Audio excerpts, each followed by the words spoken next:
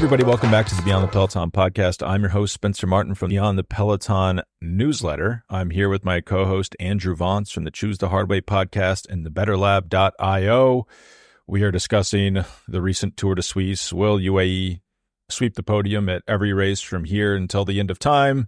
A little bit of Tour de France prep, and then finishing off our Unchained, our Netflix Tour de France Unchained review, recap, gripes, praise, whatever you want to call it. But Andrew, do you want to plug anything before we get going?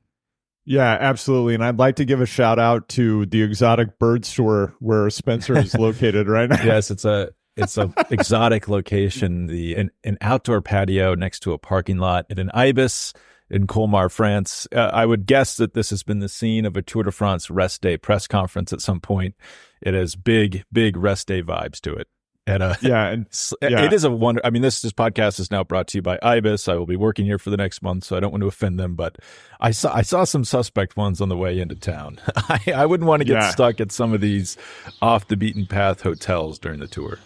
Yeah, and I mean, and when you're at a hotel and on the road, it's the perfect time to think about getting better sleep. So if you're listening to this and you're a human and you sleep, and I know you are, please go check out the Better Lab app. It's now live in the Apple App Store. Download it, give it a try. You can DM me at HardwayPod and tell me what you think.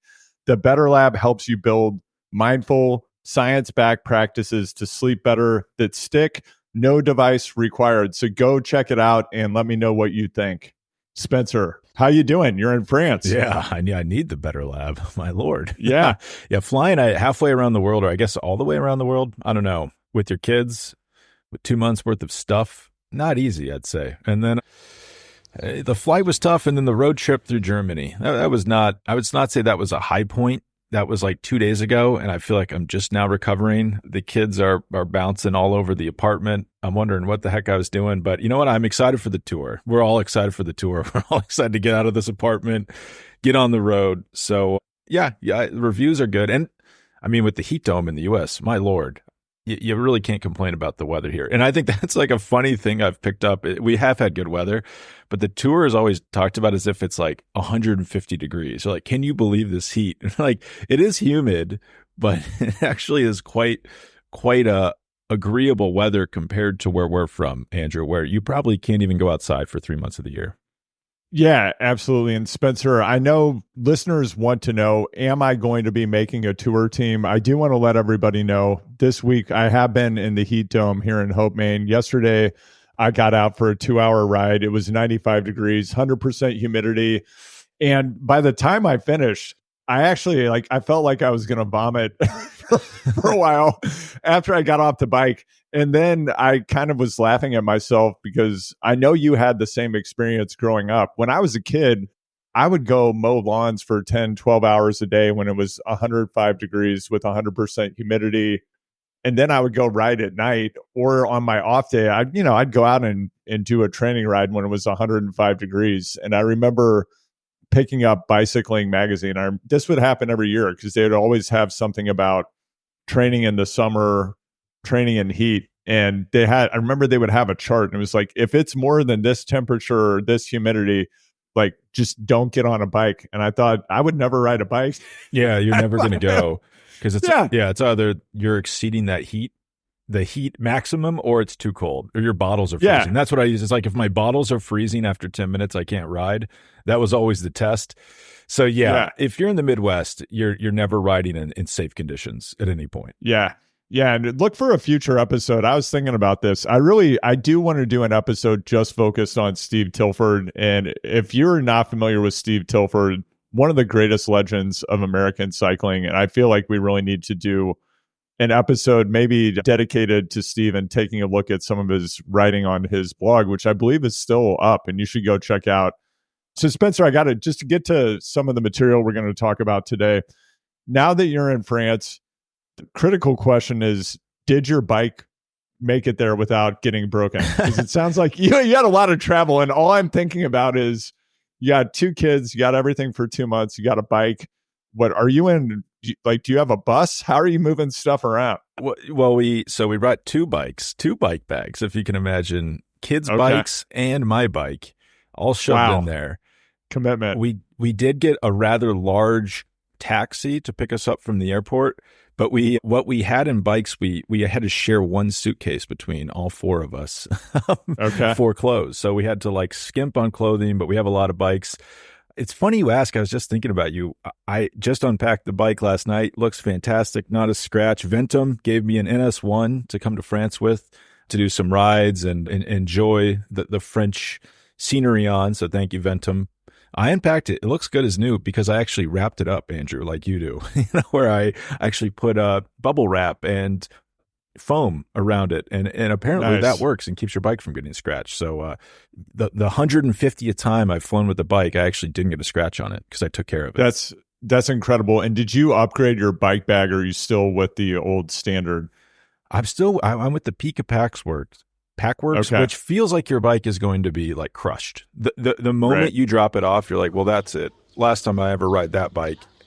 But it actually, I think part of like taking it apart, you kind of put it in a position, the handlebars are in, the seat's off. And I don't know. I've never had a problem with it. I've flown with it a ton in soft-sided bags and never had a broken bike, knock on wood. But Yeah. I did see a lady. There was like a lady at the Munich airport. She just picked up her bike with the Scion bag, and I was pretty jealous. Rolled it right out of the airport, probably unpacked it, rode it that afternoon. So, I mean, that always looks tempting. But, keeping your handlebars on, like what do they say in economics? There's no free lunch. That feels like you're cruising for bruising at some point. It feels risky. And I don't remember if I can mention this or not, so I won't say who the person is, but you and I did talk to someone recently, and they had their bike crushed in a Scion bag. They had 15 good trips, and the 16th trip wasn't a good one. But I've had my eye on that bag for a while. I was pretty jealous when I saw this lady just rolled it out. I was like, oh, man. Yeah, it's usually a triathlete, I feel like. On my last trip with my bag, when I went to Minneapolis to gravel race, and, I pretty much fully disassembled my bike. I have a Dakine bag that I got for free as a journalist. I think in 2003 or 2004, I wrote about it in, I don't know, 2 or 3 different magazines. They got their money's worth. That is actually how it works. And I've been using this bag for 20 years, but I more or less completely disassemble my bike. But it does arrive in good shape. It's a hard case on one side, and then it's got a soft top. I don't know. Yeah, that's a good bag. Something about taking it apart. It's a total pain in the behind. And I used to have what is it called? Oh man, I'm blanking on the name, but you have to take it like fully apart, like fork off everything but the crank comes Oru off. case. You probably had the Oru case. Yeah, it's a beautiful The case. stealth bag. But that thing that is really a pain. Sorry, I just said there's patio umbrella that it's like flying around. Yeah. It is getting air. I feel like Spencer's a targeted individual. So Spencer, for people who don't know, including me, what are you doing in France? What are you going to be doing during the tour? What's happening? Well, can you talk about it? The main reason I came was I was sick of the time zone during the tour. When doing the newsletter and the multiple podcasts every day, waking up 5:36, coverage starts at I think the TV coverage starts at 4:30, 5 a lot of the days. You can cheat a little bit, start later, rewind, but then you're working right through the meat, especially if you have kids. Like that's the meat of your dad duties, like 9, 10, 11, 12, noon, and then the days were kind of miserable. So I thought, what am I doing? Like I could just be doing this on a different time zone. I wanted to go to some tour stages, do some on the ground content, and just be a part of the race, see some stages. Nice. I could have flown over for like 4 or 5 days. That seemed a little inefficient because it's hard for me to be away for 3 weeks at a time from the family. And I thought, why not just move the whole family there and then go to some stages as I need to on the TJV train system? And that's what we're doing. So I'll be at some stages on the ground, and then also coming back and forth from my home base in Colmar. And if you're a listener that knows any good riding in the Colmar region in the Alsace, let me know. I'm all ears. There's no Rafa clubhouse here. I'm lost without that. Spence, for everyone who tuned into the Scott McGill episode, and if you missed that, you got to go back and listen to it. It's one of my favorites. Scott McGill, legend of the sport. I'm wondering if you followed the McGill nutrition protocol on the flight over. And if you don't know the McGill nutrition protocol, if you're 2 days out from an intercontinental flight to go race in Europe, he likes to get on the plane with 2 hoagies, so probably 2 footlongs, to get him through and to be fully carved up when he arrives to race? Is that kind of your protocol? I don't think we hit those benchmarks. We tried. We had some sandwiches in the seats. You just you go straight. If you got kids, you go straight to the seats. No muck about in the airport. But, I don't know. I would say I've not been at my best physically since we arrived, and I actually have been thinking about Scott a lot. I cannot believe they race 2 days after they arrive. That is crazy. I've been doing runs every evening, and I'm so slow because my body is destroyed from the travel. So I think if Scott arrived like a week and a half before a race, he might be the best cyclist on the planet. We just don't know. Yeah, I do too. Yeah. I think, we might need to start a GoFundMe. We need to get McGill to Europe 2 weeks before his next big race. I think, if we could raise €250, we could probably get him an apartment for a week. Yeah. But he's won coming off of that travel schedule. I seriously think that there's some money ball play for some team out there with Scott McGill. He needs to get picked up. He needs to go to the World Tour in 2025. I want to see it happen.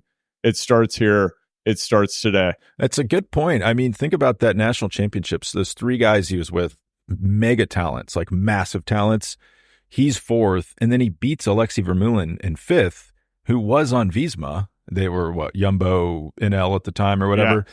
So those are 4. The top 5 are full. The top 5 has 4 guys that are or World Tour riders, and McGill's the 4th or the 5th. So it kind of stands to reason that he probably should be on a World Tour team. But Andrew, before I run out of batteries on my computer and my microphone, let's do it. Tour de Switzerland. Yeah. Just to sum this up, the Tour de Switzerland, kind of always a weird race, was a particularly weird race this year because I think it's because of the tragic, passing of Gino Mader last year. Did you notice no downhill finishes? It was all uphill finishes. So stage 4, 5, 6 uphill finish. Or stage 4, 5, 6, 7, all summit finishes. Pretty hard, too. Stage 8 time trial with an uphill finish. So you have 1, 2, 3, 4, 5 uphill finishes in a row, 3 kind of sprint stages, 2 sprint stages and a TT. So not the most exciting route. What we learned was UAE is absolutely flying. Joao Almeida wins the final time trial, gets 2nd overall. I thought he was going to catch him, but he didn't. Adam Yates held on to win by 22 seconds. Mateusz Skelmoza in 3rd, the winner of last year's Swiss. But he's 3 minutes behind Yates. Bernal's 3:12. He's in 4th. Matthew Riccatello in 3:31 in 5th. And then Tom Pidcock, Enric Mas, Oscar Onley, Wilco Ketterman, Felix Gall. Riccatello, incredible ride. Unbelievable he's not going to the Tour. But if you're any other team other than UAE, it's like, holy smokes, we're getting crushed. They're getting crushed by UAE domestiques at the Tour. And Bernal's supposed to be leading the team. Skelmoza, I'll give a pass because he's probably supposed to be working for Theo Gegenhardt. I don't know how that's going to work because Gegenhardt was injured at the Dauphiné, and he's not really a top tier GC rider at the moment. So that's a good result for him. But if you're Pidcock, Bernal, Enric Mas, panic light should be flashing because if you can't beat Adam Yates and Joao Almeida, I hate to break it to them, but they have a guy that's even better on that team. I do think people are a little out of control. They're like, oh, UAE sweep, put it in the bag, already happened. They're going to sweep the podium. It's like, well, wait a second. Have you watched the Tour before? One of those guys will crash out in the first week, or at least crash and lose their GC hopes. Someone has to pull. You can't just have 4 GC. If you have Juan Ayuso, Tadej Pogacar, Adam Yates, Joao Almeida, they can't all ride for their own GC. Someone's going to have to lose time at some point. And we're really thinking Joao Almeida, Mr. I lose minutes randomly in the first 15 stages of Grand Tours, isn't going to have a bad day at the Tour de France. I'm not totally buying that. So UAE will be good. Best team in the race, I'd say, by far. But they will probably, a podium sweep is unlikely, especially when you have guys like Primož Roglic, who you said we kind of short shrifted after the Dauphiné. If you look at his power numbers on a lot of those climbs, or at least his estimated power numbers, I have a little calculator where I can put in all the variables and it spits out a power number for me. It's about equal to Yates and Almeida. So if you thought they looked amazing at Swiss, then you have to say Roglic looks about the same as them. But what are your thoughts on this? Are we just living under the reign of UAE from now on? I'm most interested in looking at the delta between Bernal and Pidcock. I believe I don't remember. Is Bernal going to the Tour? I feel they're like all going. Think of any rider on Ineos, they're going, and they're riding for GC, baby. Yeah. So when we talk about Unchained here in a minute, we know what Pidcock's attitude is. And I just think this Ineos train wreck is going to be really interesting to watch. I'm looking forward to talking about the Ineos approach to management and how they try to leverage Pidcock's autonomy to get him to try to play ball, which did not work, of course. And then I'm thinking about what we saw, I think it was yesterday or the day before, that there's a great article that came out about UAE. The title, it's in Velo. The title of the story is "They Know Pogačar is number one." Like on UAE, they have one leader. There's no the road decides. Everybody who's going to the Tour knows exactly what they're going to do. I mean, the quote from the team was, "I was clear from the moment I spoke to new riders about joining the team. They will have their space, but when Tadej is there, they will ride for him." That's how you win a Tour de France. I totally agree. I think it's gotten out of control. Obviously, the big example is Visma at last year's Vuelta. Like, you needed to pick a leader there before they did, because that was a mess. They got away with it because they were so good. But this is going to sound like a little like I'm just saying things to say things. But if Tadej was on Ineos, it's not unbelievable to I can almost imagine the article of Dave Brailsford, well, he hasn't won the Tour in 2 years. So should he really be undisputed leader? Because we have other good guys on this team. Why wouldn't Adam Yates lead it? Let's let the road decide.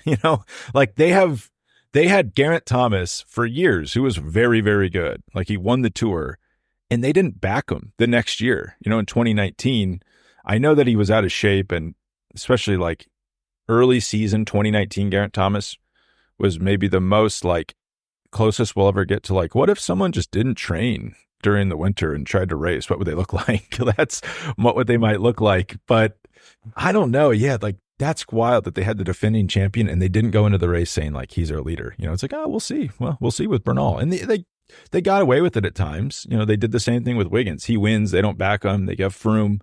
So it worked. But I agree with you.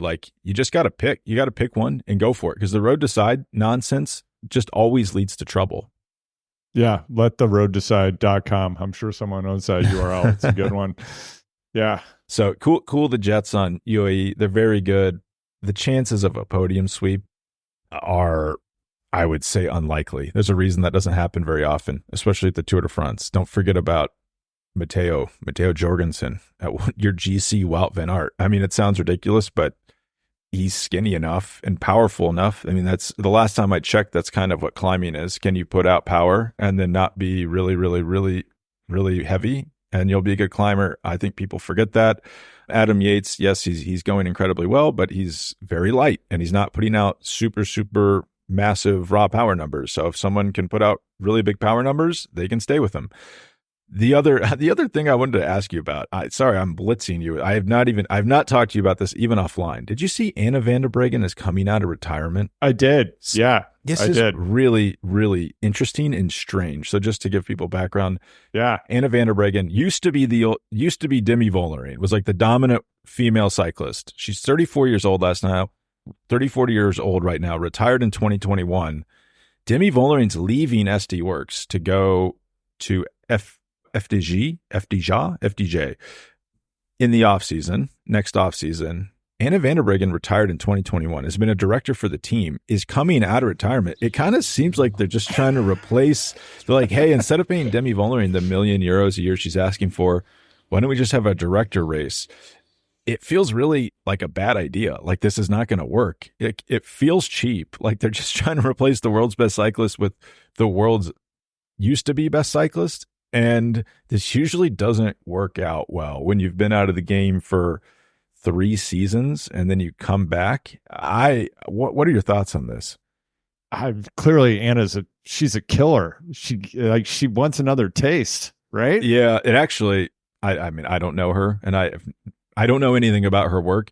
It kind of speaks, it's not great for, I don't know, you shouldn't have a director that wants to race, if you know what I mean. You should never have a coach in any sport that thinks I want to be out there competing in the sport, I think that just doesn't lead you to a good place as someone that needs to be like guiding people and teaching people.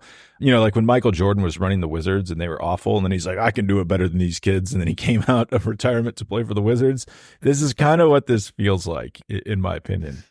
Yeah, it's got a little bit of that vibe. And I mean, if you listen to the previous episode where we got into Tulsa Tough, and by the way, we've been in contact with Moritz, and he may join us on a future episode. He was running 172.5 cranks and 55-30 chainring combo, or 55-36. I've 55 been with him. That's a big chainring to run in a crit. Wow. Yeah. Anyway, so I think there was a bit of that. You know, we have to be careful when we have Spencer talking about like the whole Tulsa Tough experience, because, you know, some salad days for him. Yeah. I mean, but the thing is, if I went to Tulsa Tough to like coach a team, I would at no part of my mind would think I could get, I want to be out there or I could do well. You know, I'm like so divorced from that, where I think if I was like, I could race better than these kids that I'm trying to coach, I don't think I'd be very good at it. I just wouldn't be in the right mindset.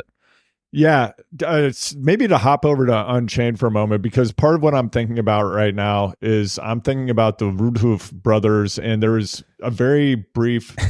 I just watched. I don't know if you remember this, but there was like a very brief shot in Unchained of one of the Roodhoofs outside the hotel on a turbo trainer with Zwift set up on like a little stand in front of him, like after a stage. It just really struck me. I mean, I know that a lot of these directors, like Vino, I think, is still racing Ironman triathlons and winning age group titles. Like, I think he's a world champion age grouper. But I'm just wondering, coming off the bench to go back to racing at the world tour level for Anna van der Breggen, I don't, after 3 years, like, man, like, what has she been up to? That's what I'm thinking. Like, if she maintained a world tour training load, it just seems, with the level the sport is at now. And I mean, we have Galacticos in men's world tour racing and women's world tour level racing. Like, can you really come back, even if you're that good, after 3 years on the bench and have a realistic chance of winning? I guess we're going to find out. It just seems like a tall order. Yeah. And I should say, I don't know this for certain. It's just my intuition that the level in women's cycling, even more than men's, is like so much higher than it was, let's say, 10 years ago, 5 years ago. Like, shit, what did she win? The 2016 Rio Olympics. That's 8 years ago at this point. Yeah. The level is so much higher now. Like, the watts that these women are putting out, and even, you know, people that you would say are mediocre GC riders, like the woman, let's just say, getting 10th at the Tour de France, the Femmes Tour de France last year, would be like crushing people 15 years ago. And that's why Marianne Vos was a GC rider, and like, she's still very good. She's not a GC rider anymore. Like, she is a stage hunter, sprinter, classics racer, because the level just got too high for her to get away with that. Yeah. I'd love to see Jeannie Longo come back. Remember Genevieve Jensen? Yeah. She's making a comeback. Yeah. Or Taylor Finney's mom, Connie Carpenter. She's coming back. It's catching on. We're going to have them all at the tour. Yeah. Yeah. Well, I mean, actually, like, you know, maybe something that would be more analogous would be Valverde next year says, hey, actually, I'm coming back to the World Tour. You know, right? But I can see him doing it. He's been training like probably as much. I know. I just He's don't. a madman. I don't know how much Anna van der Breggen's been training, and I don't think the director lifestyle is conducive to being in very good shape. I did think that was a really interesting shot of Christoph Roodhoof working out, like getting his sweat on. You noticed it too, huh? Yeah, I actually, because the first time I watched it, I was distracted and I thought it was a rider. And then this morning I was like, wait a second, like, let me go back and look at that. And it was him. And it's a really important little cutaway, because it shows you just kind of how intense he is and how seriously he takes like his job, but like also his physical fitness. And I'm sure he's thinking like a fit body is a fit mind. And it's just the whole ethos about the team can be summed up in that one shot. But do you remember like 10, 15, 20 years ago, like coaches were supposed to be fat? Like, you went to Rockhurst, the famous football factory. I'm sure your football coach was fat. And like, that was what you're just supposed to be. Actually, no, not true. Coach Tony Severino was always in great ahead shape. of his time. Yeah, all Rockers football. I didn't play football, but all Rockers football coaches in great shape. I ran cross country and was terrible at it, but my coach, Dr. Jorge Teresito, was like, he looked like an elite world class runner. So Would he run with you wasn't guys? going down at Rockers. Get it? Oh yeah, Oh yeah. If I was a high school cross country coach, I'd be out there. Yeah, yeah, completely. Yeah. But yeah, like now the trend is like you have to be fit. Like all these NFL coaches are really fit, except Andy Reid. He's bucking the trend. But yeah, and he's winning, by the way. Yeah, so maybe there is something to that. He's too busy to. Yeah. Well, it's not, I feel like every time I open ESPN the app, it's like Chiefs player arrested for something terrible. Yeah. Like what is going on with this team? Yeah, yeah, it's going down. So Tour de France Unchained episodes 4 through 8. We'll sum up this block, and then that frees us up next week. And next week, just to focus on the tour. I'll just list off the episode names. We don't have to go through them one by one, but we can give people an anchoring point. So episode 4 is for Gino. It kind of focuses on the Bahrain Victorious team losing their teammate, Gino Mater.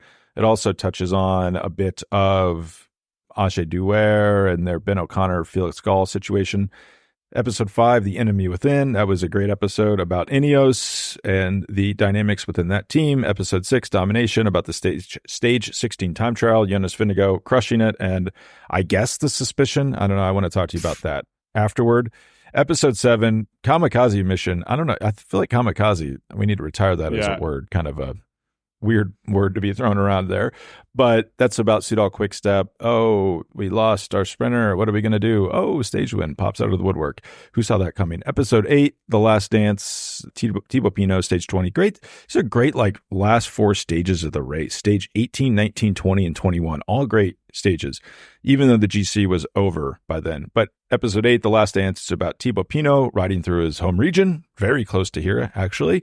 And the final day on the Champs-Élysées, I would say, even though I knew Jordi Meus won that stage, I guess I intellectually knew that. I was shocked to see it happen in the episode. That was unbelievable. It was great to see Bora. So excited. But Andrew, to go back, episode 4, watching this, I was actually surprised. It surprised me that Bahrain even did the tour. And I was trying to think.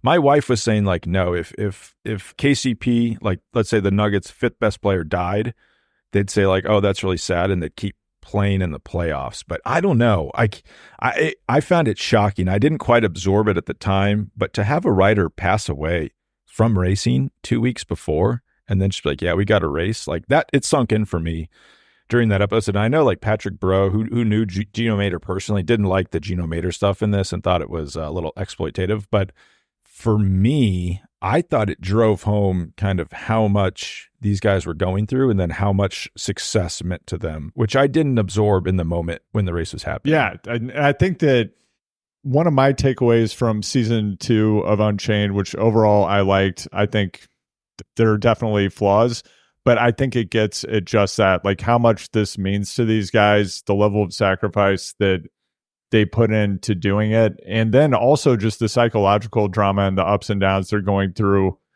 day to day and what they're psychologically experiencing. And I mean, I think 2 people came out of this season really with some reputational damage. Honestly, probably doesn't matter to American fans. We're not going to have a big impact on the value of these riders, but I mean, I have to think Ben O'Connor's value has gone way, way down. I just think other teams getting a look at his psychology, I just feel like he's less employable and he's going to get a lower salary in the future. And we talked about this a bit last time, and he was really close friends with Gino. So, but just as the series went on, you kind of like, at least I did, I kind of forgot that unless I consciously reminded myself, like, hey, one of this guy's best friends died 2 weeks before he went to race the tour, where he then psychologically imploded and radically underperformed, and then participated in this TV show that I think damaged his reputation pretty severely. Well, he did sign a contract right before the show aired with Jayco. So yeah, he got in under the wire. Because there's the, what would you say, like prima donna stuff or just temper stuff, and you could write that off and say, oh, like that's just how high performers are. But, on the Puy de Dôme stage, they really focused a lot on that stage. And I and then they didn't show any of the GC action, right? Or did I miss that? Like Puy de Dome was all about, like, that was a major GC day where it looked like Pogacar was unbeatable. Vindigo was on the ropes. I don't think they covered that at all in the show, but apologies for the major close watchers out there if I'm rumbling over anything. But Ben O'Connor, like halfway up the climb, Felix Gall's doing really well. His teammate, first time tour starter. Ben O'Connor's like, it's over. And he just gives up. He's like, there's no point. And the team car's trying to urge him to ride on. Like, that's bad, I think. Yeah. I mean, that's not, like, the director tries to say, like, this is important. Kind of like how would you explain to, like, your son or something, or your daughter in, like, youth sports? Like, no, it's important to try even if things aren't going your way. Like, I was shocked that they had to do that. Yeah, it's totally shocking at a highest level of professional sport to see somebody be a quitter, basically, and complain. Yeah. And like have the director be like, no, you got to finish this because it's important. Yeah. So I don't know. I mean, I don't care that he'd already signed another contract. It's, if nothing else, it's not a good look. And that you're on this TV show while you're behaving this way. Well, here's counterpoint to this. And I didn't think of this myself, but Patrick Bro jostled my memory. So, like, their highest paid rider is not Ben O'Connor. It's probably Benoit Cosnefroy. Benoit Cosnefroy was at the tour last year, didn't do anything. And I don't know if you saw this video. I think it was from stage 20. He's like in the gruppetto. He probably should be challenging for the stage win. His friends are on the side of the road. He stops his bike and then just like, he's like slamming beers and like dancing with them. But it's like, and the video is shared like, look how fun this is. But it's like, can you imagine being a sponsor and seeing that? This man is making 7 figures, I bet. To like party on the side of the road on a stage he probably should be contesting. And like, that doesn't get covered at all in this series. So I thought O'Connor took it a little hard. And if you were going to defend him, you'd say Benoit Cosnefroy got a bit of a pass there. If we were to jump ahead to the Thibaut Pinot episode, which I believe was episode 8, right? Yeah, last one. Great episode. But I mean, I think that really underscores how do French sponsors look at the value that their riders are delivering. Somehow Pinot is a hero in France. Like, he has a very devoted following. They like that he actually rides in this, what I would call nonsensical style for within the context of modern cycling. But he's all about heart and doing things that actually don't make sense. And that's part of what his fans really like about him, that he rides with passion. Matteo also very different management style, different approach to running a team. And he himself, like, highly, highly emotional and volatile in a way that doesn't really seem to benefit his riders, but, passionate. And so I think when it comes to these French teams, I think the sponsors are maybe seeing value in a different way, and somebody stopping on the side of the road and slamming some beers, maybe that's good for them. Maybe they're like, hey, great. Well, I guess I heard the team management was pretty upset about it, but they didn't. I wish they would have shown that in the show.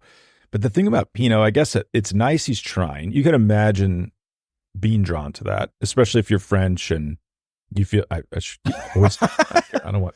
I mean, just like me, but CC Thomas Vogler. I mean, there's a long tradition of this. Although I would say no comment. I don't in any way want to equate Pinot's last tour with Thomas Vogler, because I think Pinot was definitely a cut above. He did take it seriously.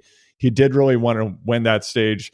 I did think that, like, watching back, I remember watching that stage and at the time thinking, if this guy wants to win this stage, like, why is he going this early? Because he's just going to get mowed down on the final climb. I don't know. I couldn't really think of a scenario where he actually would have won that stage. And then it was interesting to be inside the team cars of Jumbo and UAE, who clearly were like, we're just mowing this dude down. Like, but, and then to see Mark Matteo seemed to actually think Pinot like really did have some chance. Like, he just like, he can just do something magical on it. It's like, no way, man. He's got 35 seconds to the base of the climb. He can hold him off. I rewatching it in this show kind of made me think, I was equally confused watching it live. Kind of made me think the goal was, at least in the back of his mind, knowing these guys are too good, because they are very good. These guys are too good. I just need to get over the penultimate climb, because that was like where the Pinot corner was. I kind of thought that was the goal. And like getting that moment, like that's special. I actually can't imagine riding through that. That would be unbelievable. But then that kind of raises a lot of things actually bothered me about that episode, because it's like Pino rides with his heart and his soul. It's like, well, he can only afford to do that because he's so stinking good. Like the guy is unbelievably talented. And like to even be like, I'm going to get in the break. I want to win this stage. This is the last stage I can win. I'm just going to get in the break. Like that's so hard. Almost no one can do that. Like by the end of a grand tour, there's like 10 people that can get on a breakaway. So like, it's because he's so talented that he can almost like slum it and race that way. But then that's why he's beloved. But if he was really maximizing his potential, he would be Enric Mas, you know what I mean? Who like no one is inspired by, but he actually races. He gets the most out of his ability as possible. Like in another world, Enric Mas is falling behind in the GC, sniping breakaways. Oh, he tried, but he didn't win. Like everyone wants him to attack. It's like if Enric Mas attacks, he's going to get dropped because he's already going all out. So, you know, I don't know, but I guess people like that. There's something to respect about Pinot racing that way. But I found myself like speaking out loud to Orla, like Orla, he can only do that because he's so good and he's talented and he's not actually getting the most out of his talent. On that episode, I was shocked at the beer gate. I thought that comment was a little like out of left field from Richard Pluga about, and I don't think he said that FDJ was drinking beers. I just think he said, I saw people drinking beers in the hotel and then they got all upset about it. But if they wouldn't have said anything, no one actually would have known it was them.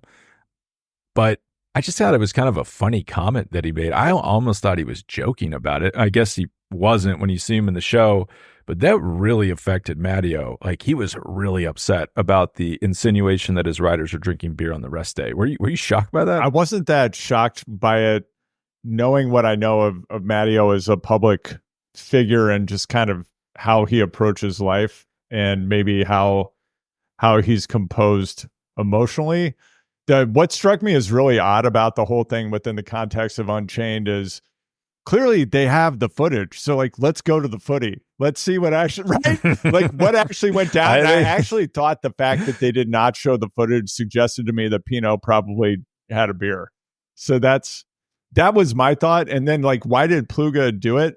I think that a lot of people, including some people that you know personally, Spencer, have not, but for whatever reason they don't like Matteo, and I don't know, he seems to rub some people the wrong way, and I wonder if there's like a bit of that with Pluga, and Pluga just wanted to needle the guy and knew he could really wind him up.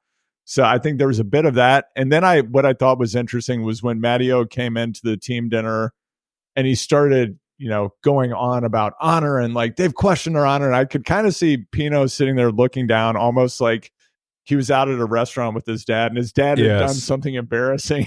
You know what I mean? He's like, oh God, here we go again. Right.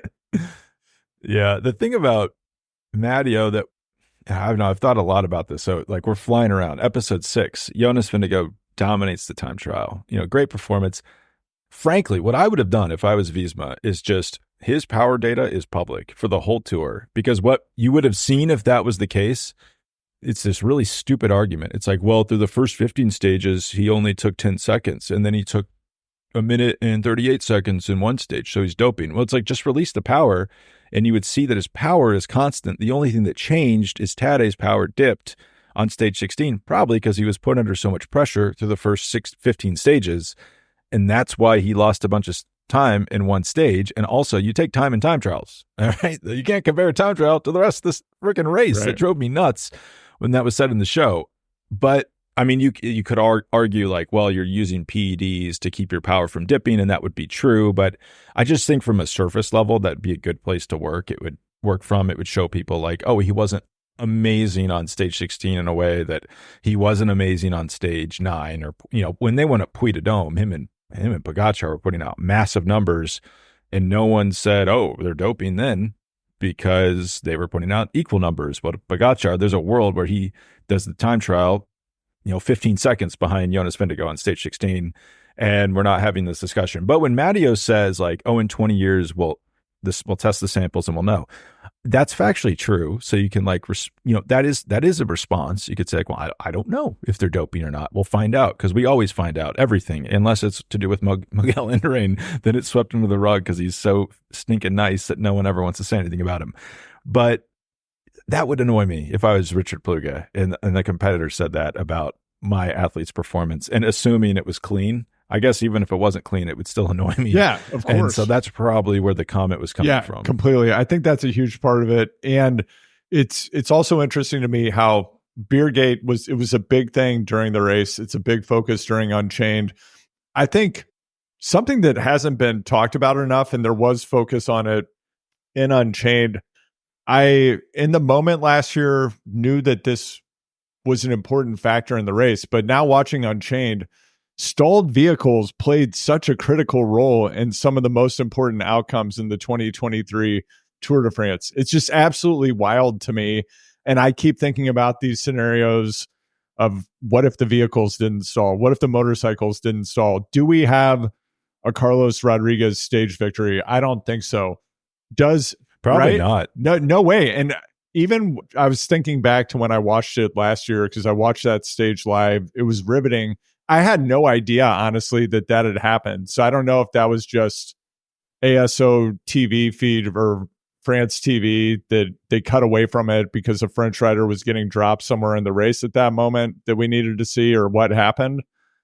But there was that. And then, of course, when Pog attacked, and, clearly Jonas and Pog were in different places during that tour. I still wonder, though, had Pog smashed Jonas on that stage when he attacked and ran into the back of the stalled motorcycle, like, let's say he gets away and puts some amount of time into Jonas, wins the stage, just from a psychological point of view, I think it transforms the race and we potentially have a different outcome, honestly.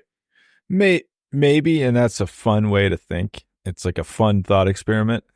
I think maybe my more boring theory is that he maybe would have gotten caught by Jonas anyway, and then his descending was a little subpar that whole tour, probably because of the wrist. I think Jonas might have caught him on that descent because, as you say, Rodriguez catches them, goes right around him. George Hincapie, I was watching the race with him, said it's a Cat 5 mistake right there. You cannot let someone come around you at the top of a climb, especially with speed, especially when basically the race is to the top of the climb, because when you're descending down into Morzine, it's who's ever is on the front on that descent is going to win the stage. And it was Pogacar that let the gap go. He couldn't keep up with Rodriguez, so he probably would have gotten caught by Jonas. But it's fun to imagine, because takes us to what stage was that? Stage 6, I believe, where he cracked on Col de Delos. I did not know that was so mental. The way that they framed that and the way he was even talking about that stage, it kind of felt like he was just defeated from stage 16, from the time trial, and just everything in his body, like his mind then had his body give out because he knew that he couldn't win the tour. So that did paint a picture for me where it's like, maybe if a few things do go differently, he doesn't lose what was like 5 minutes or something on one stage. The gaps, I guess, were closer than the final GC would have you believe. So on Col de Luz, something that's not brought up in that episode that my business partner, David Lorsch, reminded me of when we were talking about this episode of Unchained. Shout out to David. It was 102 degrees that day, and they didn't talk about the impact of the heat. Granted, every rider was riding in the same heat. I do wonder if part of why Pog cracked was something heat related. And yes, it did present as psychologically, he was like, I'm effed, I'm dead, or whatever he said. But 102 degrees on that mountain. 102 on the mountain? Where did David get this? I'm looking at it right now. I looked it up. It's in coverage from last year. I guess in the valleys that's possible. But Lowe's is high. It's like an 8,000 foot mountain pass, maybe even higher.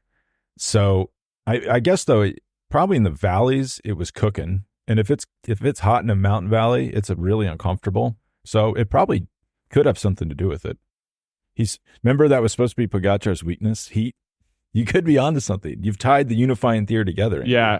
I mean, yes, you're right. On an 8,000 foot mountain, it's going to be it's going to be less hot higher up the mountain. However, But I you guess like that damage was done You do by have then. to go through the valley to get there. Yes. Okay, so the Independent had a great piece from Lawrence Ostler, on the day following that stage, just about like how people were dealing with the heat. And I don't remember what the temperature was like prior to that stage. I'm sure it was hot on other days, but again, if you're not heat adapted, people respond to heat differently, and who knows, maybe Jonas responds to heat differently and better than Pog, and maybe that'll be a factor in this year's tour.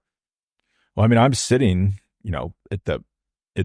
not far from the base of the Alps, and it's a hot day, and like I can feel a cold breeze, coming through. And like if you look at like everyone's up in the Alps right now for these pre-Tour de France altitude camps, they're riding through like walls of snow, which would indicate to you it's probably not that hot up there. And then you go to the tour where you're riding, low elevations for a lot of the race, and it is hot. It actually, I kind of wonder if in 20 years they'll be doing alpine training camps, or if they'll all be trucking out to Boulder. Probably be 150 degrees in June by then. The rate things are heating up, but you can ride at high elevations in Colorado that time of year with a lot of heat, which I would think is probably better to prepare for the tour. Contact me if you want me to expand on this theory, if you're a professional team. But the travel would probably be a bit of an issue. But yeah, I mean, the heat, the whole thing, I think at the time I was like, oh, he lost the time in the time trial. Of course he stunk on the hardest day of the race. That's it. But I think you were texting like, I forgot that Jonas won by a 7.5 minute margin, or whatever it was. Insane. But a lot of that, I guess, was like piled on. It was like him running up the score when things really didn't matter. Also, you talk about things being different. If that motorcycle doesn't stall, I rewatched that scene like 10 times. It almost looked like he just stopped. I'm not sure why. Maybe he was worried he's going to run someone over. If that doesn't happen, he wins that stage. It's probably the best thing for him he didn't win it, because that would have like gotten people pretty against him. It's like, so you crush the time trial, you'll blow up the GC, and then you're mowing down Felix Gall for what reason? So it's probably better for him that moto incident happened. Yeah, fair point. And I'm trying to think. Oh, so we should, before we go, I'm gonna have to go soon. Episode 5, the Team Sky episode, The Enemy Within. I had a lot to say about this when I watched it, and then I have even more to say about it as it sunk in. I guess the general outline of the show is like Ineos comes in. They showed like a pre-Tour de France meeting where it's basically this podcast where they're like, yeah, I don't know, we wish we had someone that was good, but we don't. So let's just see what happens. And they go in, it's just this amorphous blob, and I would say it's messier than you would think. Am I wrong there? Like, it's a total mess within the team. They're not telling anyone like any directions. It's just like, hey, do you want to work with Carlos? Because he's doing pretty good. Oh, you don't want to work with him? Okay. But here's the oddest thing about that episode in retrospect. So it's before the Grand Colombier stage. Steve Cummings, the race director, goes to Tom Pidcock while he's getting a massage. I don't know if this happened, like maybe this was movie magic. He's like, hey, Carlos Rodriguez is ahead of you. Do you want to work for him? And Tom Pidcock's like, no, I don't. And I'm not ready to do that. And it's supposed to make you think Tom Pidcock's like hard to control, doesn't want to work for the team. I looked it up. He was only ahead of him by like 55 seconds at the time. And then Tom Pidcock took time the next day and got within 42 seconds of Carlos Rodriguez. Seems a little early to be asking someone just to blow up their tour for another rider, especially when you don't know how Carlos Rodriguez is going to respond in what I believe was his first Tour de France. And Tom Pidcock thinks he's going to get better. Of course, we all know that Tom Pidcock fell apart on the Jouplan stage, the stage to Morzine that Rodriguez won. But at the time, they didn't know that. Like, I just thought that was kind of weird in retrospect, the more I thought about it. And I even started to wonder if that was the order of operations, or if they were showing us later conversations and inserting them earlier to make Pidcock look even more like a bad teammate. Yeah, and also think about at the management level of the team, there was a lot of drama. So Rod Ellingworth ends up leaving Team Ineos at the end of 2023. His boss, Dave B, parachutes in. Dude, that was weird. You could feel how uncomfortable they were.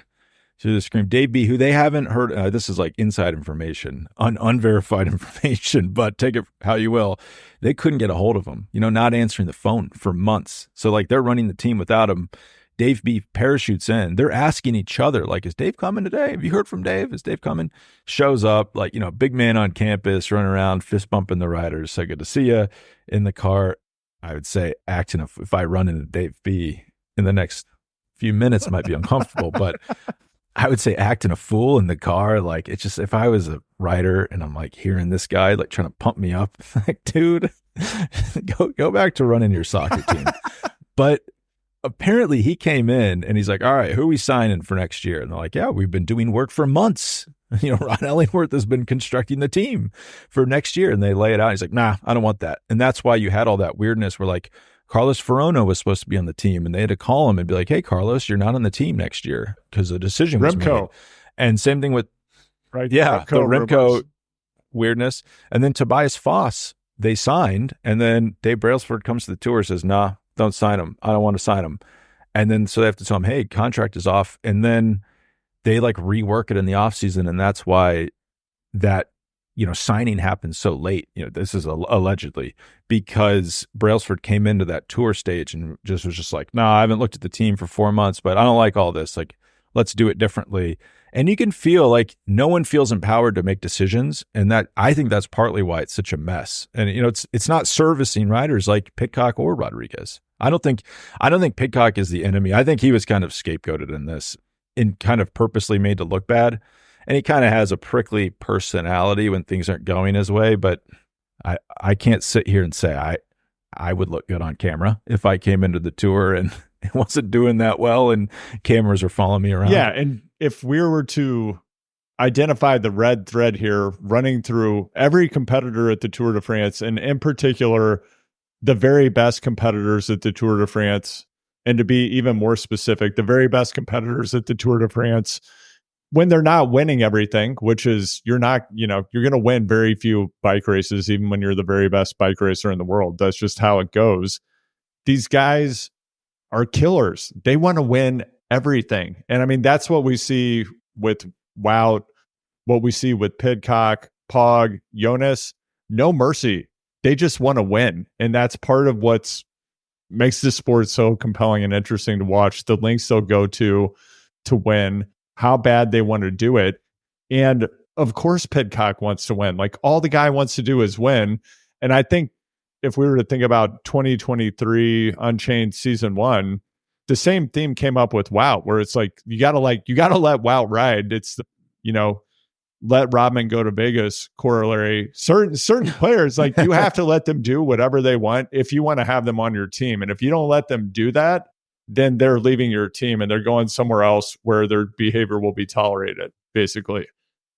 Yeah, and I mean, to tie this all back together before I have to go, this goes back to like one of the first things you said about UAE. Like, if Ineos is going to Tom Pidcock before the tour and saying, Carlos is the leader, do you want to go to the tour and support him? If it's phrased that way and framed that way, he might be more on board. Then you're a leader, which I don't know how they're going to do this with 4, maybe 5 guys acting as leaders at this tour. Anyone who thinks Geraint Thomas is coming not to ride for Geraint Thomas, I got news for you. Geraint Thomas is riding for Geraint Thomas. I mean, he served his domestique time. I think he's over that. He gave a lot of good years of his career away working for other people, probably when he shouldn't have.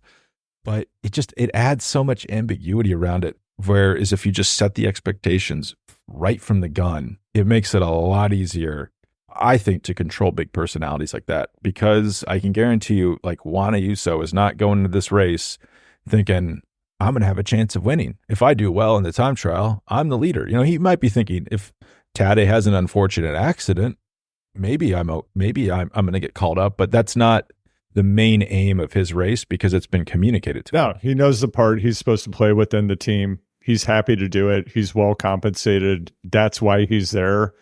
There's no discussion about it. End of story. And I think that's how a team can be most effective, is when people are empowered within their roles to be the very best at their role. And I think at the highest level of competition for a team, if you're setting up a power struggle because you're not providing boundaries for people to excel in their appropriate role or the role that they're there for, then it's just not going to go well.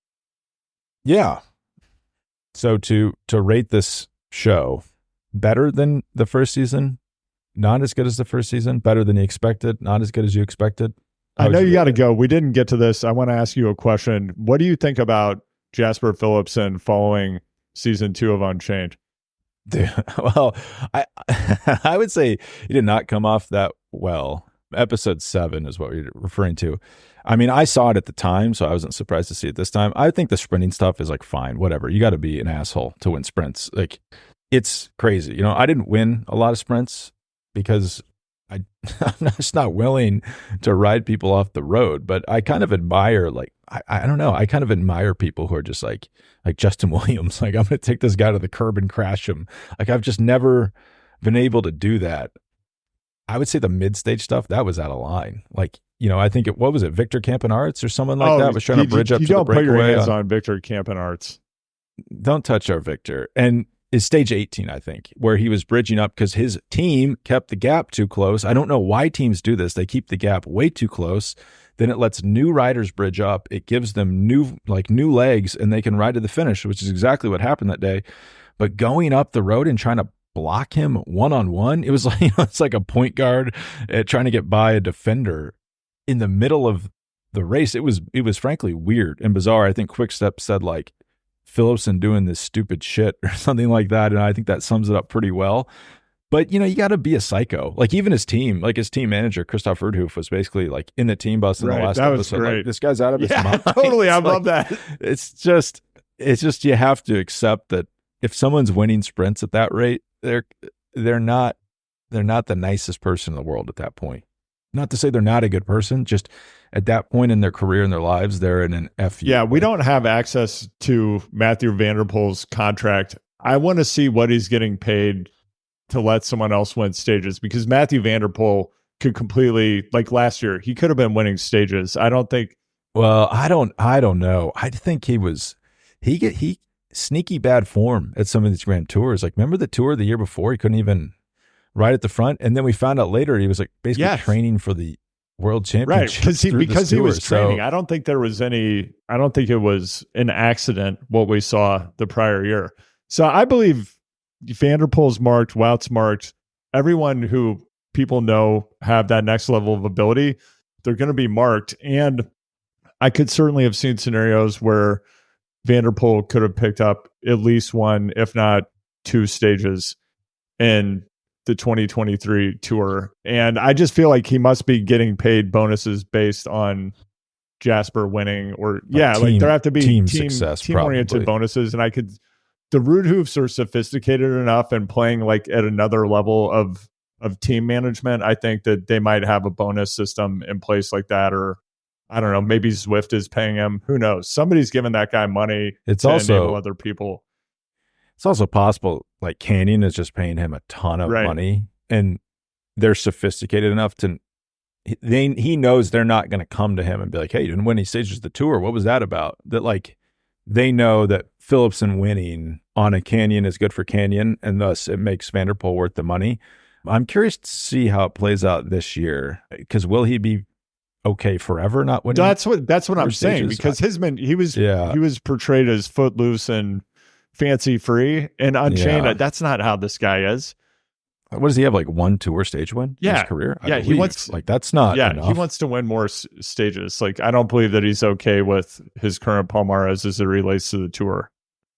I'm glad you brought up this Philipsen issue. It reminded me of, so stage 18, Casper Askren wins. Super interesting guy. Yeah, definitely. Kind of honestly wish they focused more on this. Did you see him like, training at home, living in Denmark, not doing the Monaco shuffle, which I was impressed by, paying probably 60% top marginal income tax rate. Holy smokes. And then like the bike setup, washing his bike. Like I want to know more about that. Like, I just feel like the show should lean more into like, what's Matej Modric doing at home? How's he setting his bike up? What's his training like when he's at home? Like, I feel like that's where it could have been a little bit stronger. And then obviously Matej Mohoric winning stage 19. That was incredible when it happened. That was incredible in the show. They edited his speech slightly. His speech was probably better in real life, but that was a great episode in general. Well, I think it was a little bit like, woe is Sudal quick step, where it's like, well, what was Julian Alaphilippe doing here? Like, it was not like, oh, Fabian Jakobsen's gone, now we have nobody. It's like, well, you have like a 2-time world champion and one of the best classics riders in the world. It was bananas. So just to focus on Mohoric for a second, part of what I really liked about the portrayal of Mohoric, who, I mean, the more I learn about this guy, the more I love him. I've been a big fan for a while. Just his level of attention to detail and preparation and the way he's thinking about bike racing. I mean, he was talking about physics, weather, equipment, just totally dialed. He's like the anti Thibaut Pinot. He's like so dialed in, right? Yes. Actually, Mohoric, I've said this before, but he really reminds me of Adam Hansen. And I think that he's just like at the very forefront of technology and body position, everything. So it's very interesting to see how he thinks about what he's doing in a bike race, always thinking about energy expenditure, wind direction, physics, momentum. Just that's where bike racing is headed, in addition to everything that's happening with nutrition and training. So I really enjoyed getting to hear how he thinks about and prepares to do what he does. And that, it was just incredible. The stage he won, almost getting gobbled up by the peloton, but staying away. Those are some of my very favorite stages, when you just, as the breakaway is coming into the finale, you can see the sprinters right behind them about to gobble them up, and they stay away. Just like, those are the moments, I think, of the absolute highest drama in a Grand Tour. And I love it so much more than, I mean, I just don't like individual time trials at all. Time trials, you love them. It's your passion. Yeah. I did think it was, I guess I knew it, but I was also shocked by it, where he's like, oh, I was in pain because I was staying in my aero position for, I'm looking at the stage right now. The stage was 3.5 hours long. That's how they went 172K in 3.5 hours. Nuts. I was absolutely flying. But just like the physical work you have to do off the bike to even be able to hold that position. I think you said this a few weeks ago, like, instead of getting an aero bike, the uncomfortable truth, the literally uncomfortable truth, is that you just have to work on stretching and your strength to be able to ball yourself up for hours at a time. Like, that's how these guys are going this fast. Like, obviously their wheels are fast, their bikes are fast, but they're not that fast. Like, your body is the big part of, oh boy, it's 80%. It's the Thibaut, police are coming after us. But it did kind of make me think, like, obviously Pinot looks so unaero on the bike, and just, he never really focused on that. And then also, I kept thinking with this farm, I'm like, no wonder like this guy can't win a Grand Tour. Like, that's a lot of work. Like, I can't imagine trying to be a pro and then like taking care of a farm. Like, just never seemed like he wanted that, which I guess is why he retired. He retired at a very high level, by the way. I was kind of surprised. It was dawning on me as I was watching it, like, there's not many riders that retire at the level of Pinot. It would be like Valverde and then maybe Armstrong the first time, but obviously that didn't take. Yeah, Pinot's not coming off the farm. No, he's probably out there right now. You're not getting him out of there. We'll talk about Tour de France. Oh, did you like the show? Yeah. I thought it was good. I started to lose interest the deeper it got into it. And then I think in particular, the portrayal of the sprinting dynamics just is boring to me at this point. I think you summarized it really effectively. You have to do certain things in order to excel at that specific sub-discipline of road racing, and that's just what it takes, so arguments around that, I was like, okay, this is the second year in a row of this. It's going to happen every year at the Tour forever.